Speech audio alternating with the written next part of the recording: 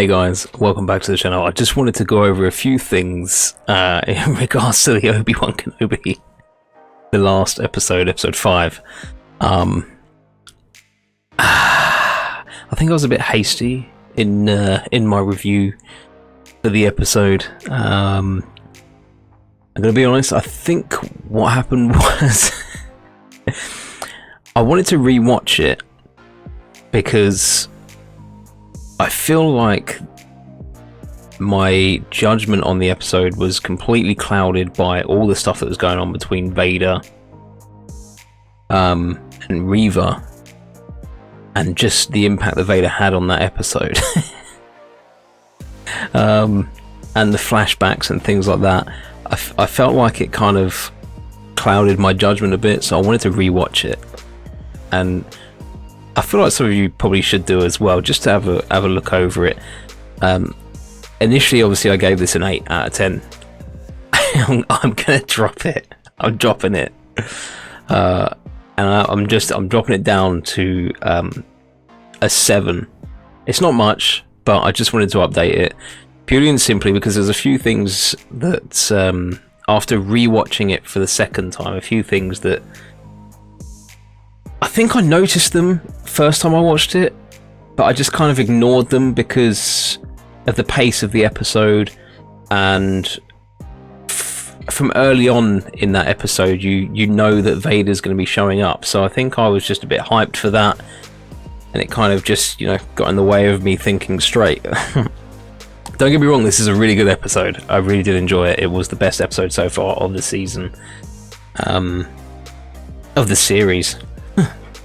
But there is a few things I wanted to go over, and I didn't go over anything in my actual review because I didn't want to do any spoilers and stuff. So I've written these down just because my memory is garbage, hence why I missed them on the first time. So a few things that I feel they're just a bit stupid. Things like Leia needing to have something to do in almost every episode. She doesn't need to do something. Okay, she's being rescued. She is just a kid at the end of the day. She doesn't have any knowledge of systems, you know, wiring, anything like that. And there she goes into this little control box, this little relay box that, for some reason, this massive hangar door, right, that's been shut, the relay box for it just happens to be like a mile up the side of this wall. Why is it there? Who puts something there that's important as that? What's it doing there? My other question is, why is it only a child or someone of small size can get into this thing to repair it? Or just, it doesn't make sense at all. It's just, they've just given her something to do in that episode. She didn't need anything to do. She needs saving. I don't think we've had her in this series kind of being scared in any way, and she is, at the end of the day, just a kid. Yeah, so that was a bit, it's weird. It's really weird. I can't get my head around that at all. Why this relay is up on the wall, of all places. And it's only that someone who's small, like a child, can get into it. It doesn't make any sense. So that's one of my issues. Just one. The other ones that I overlooked, this one's kind of 2 in 1 really. So when we have Reva, she's at the blast door that's been sealed from the inside. Okay. First of all, we've got an ion cannon that's doing no damage to the door whatsoever. And that ion cannon's huge, massive. Then we've got Reva talking to Obi-Wan, quite loud, in fact, through this blast door. Talking about how she's going to... her basic plan is to take down Vader, which is a cool plan. Okay, I get it. I mean, it's a bit of a weird, far-fetched plan, but at least it's the direction I was thinking the character was going to go. Probably all you lot did as well. I'm glad they've gone that way because it makes sense for everything that she's done in previous episodes, so that's fine. However, she's talking about this really loud, and none of these stormtroopers can hear her chatting about this. Because in the previous episode, we have 2 stormtroopers walking through a corridor, having a bit of a chit-chat, and they can overhear Obi-Wan hiding behind a wall, and he's got that communicator device, and Tyler was talking to him on it. That was quite quiet, but somehow the stormtroopers heard it. Yet 50 of them can't hear Obi-Wan talking quite loudly to Reva right next to them.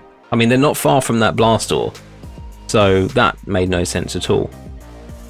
Then we've got Reva putting her saber through the door. Yeah, I get it. The door may be made of a lesser material than it was on the Federation ship in the prequels in Phantom Menace. However, it took some doing for Obi-Wan and Qui-Gon to get through that door in Phantom Menace with their sabers. Quite a lot of doing. And she just thrusts it in as if it literally goes in as if it's flesh. And that doesn't make any sense. There should have been some sort of pushback. It's a solid door. And there wasn't anything. She just goes straight in, lifts up, doors open. Then we move on to the next issue. Same section. This is actually kind of 3-in-1, to be honest. And we've got, again, 50 stormtroopers. At least. And they're shooting at these people in this extremely small room. There's no cover in that room whatsoever. I think this kind of comes down to the direction of that scene. There should have been more boxes. There should have been more things in that room for the rebels or whoever it was to hide behind. You know, as shielding. That makes sense. You know, you'd thought they'd have fortified the room, but they didn't. And it looked a bit odd. 50 odd stormtroopers blasting into this tiny little room, and they don't really hit anything. And then they bottleneck into a corridor, and they still don't hit anything. Somehow Tala gets hit, which is weird. Again, I didn't feel anything for Tala dying in this episode. Wasn't really that bothered. I feel like the fact that she shot the panel to close the door on Obi-Wan, then holds a thermal detonator up for everyone to see what she's about to do, literally holds it up out in plain view to all the stormtroopers and Reva, that she's holding this detonator. She could have held it out of sight, waited for them all to get closer, then popped it over the top. She literally didn't need to die. There was no need for it. I get she was shot or whatever. She didn't need to die. Also, Obi-Wan's got the Force. We saw him use it. He could have pulled Tala back, couldn't he? He could have done that, but he didn't. Yeah, it was stupid. Didn't make sense. Yeah, what else? I think there's a couple more things. I had to There's a certain bit I wanted to rewatch because though cool as fuck Vader is walking through that corridor coming into the hangar and pulling that ship down, that's ace. I know some people are going to be probably angry at the fact that he's a bit OP or whatever, but you know, and others will say, oh, it's Prime Vader, he's in his prime. Whatever, you know, he did it. Get over it. It didn't bother me. I thought it was cool as shit. If Rey can do it, why can't Vader? You know? However, when he's pulling on that ship, even before he pulls on that ship, there is not a second ship in that hangar. I could not see one. I went over it, and I could not see a second ship. So where that ship just spawned out of nowhere, literally spawned out of nowhere. And I think, yeah, I was just kind of blinded by how cool the scene was going with Vader in it to even notice it. But it did catch my eye the second time round where it came from. And it's just dumb. It's dumb shit. Poor direction. It's just lazy writing. I mean, maybe it was written in. Maybe it was written to be there. Maybe the director changed their mind onto whether to have the ship in the background. Maybe they thought, well, yeah, I mean, you'd clearly see another ship there booting up, you know, powering up to fly out, which you would. But it can't, actually, that kind of doesn't make sense either. If Vader can sense Obi-Wan in the previous episode and in A New Hope, why did he not sense him there? Why did he not sense him on another ship? It's, yeah, the mind boggles. What else? The message from Organa. That confidential information about Luke being on Tatooine ends up on a communication device as a as a holographic message that has no passcode whatsoever to access. Obi-Wan even makes a point of leaving the room to go watch it, okay? Then he willingly hands it over to a guy he met yesterday. Literally yesterday. It doesn't make sense. Yeah, take this. Have this important information. Yeah, alright. The guy who's most likely to survive is yourself. And you're going to hand it to him. Why not hand it to Leia? Oh, Leia was in the control unit, wasn't she? I think, at this point. Was she in there at this point? No, I don't know if she was. I think she was down at that point. I have to relook at that. If she was down, why didn't he hand it to her? No, she was up. Yeah, she was up because he was saying, can you look after Leia? Got it. Got it. But it still doesn't make sense that he gave it to this guy. That's confidential information. You know, that's like priority stuff. He's just handed it over with no passcode whatsoever, no password protection. Man, we're in the 21st century in here, and I've got a phone that's password protected. You know, it's not difficult. It's just a couple of lines or something. You know, join the dots. Little password lock, puzzle plan. It's just crazy. So it's just stupid. Reva being stabbed yet again, somehow surviving. Maybe she's got a mechanical stomach. It wouldn't be the first time we've seen that. We saw that in the book of Boba Fett, I think it was, with Finnick. Was her name Finnick? And yeah, Boba Fett basically pays to have her stomach reconstructed from mechanical parts. So maybe her stomach was reconstructed. There's that. You could go down that route. If they haven't gone down that route, Disney, you need to go down that route, because that would make the explanation right. Okay, because I'm sure that's probably a question other people have probably been thinking about. But Vader and the Inquisitor just leaving her there, it doesn't make sense. A lot of stuff in this series doesn't make sense. Vader is enraged. He was literally going to strangle her to death in the previous episode for her incompetence, and she's just betrayed him. Completely betrayed him. Whether he knew it was coming or not, she betrayed him.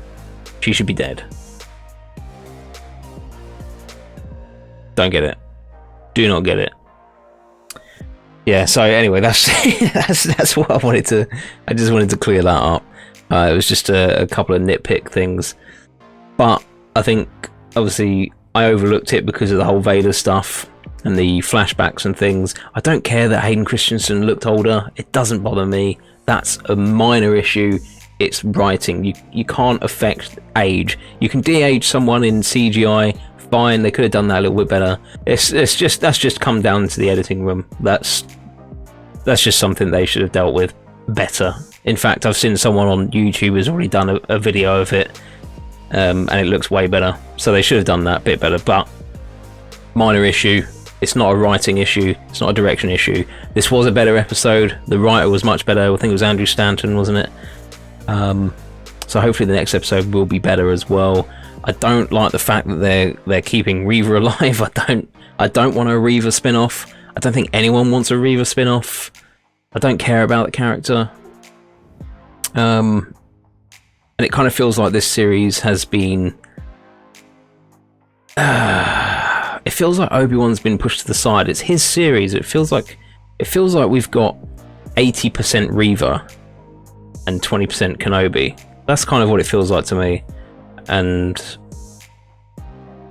I just get the feeling that's the reason they've done that, is to try and get you to like the character so they can create a spin-off and create a whole new arc. But why? Why? No. So yeah, that's my 2 cents. I just wanted to re-add to this. I'm glad I rewatched it, and I'm glad that I found some issues. I know there's someone out there who really, really loves the fact that I have some issues with this series. But yeah, better episode, 7 out of 10. Changing my verdict.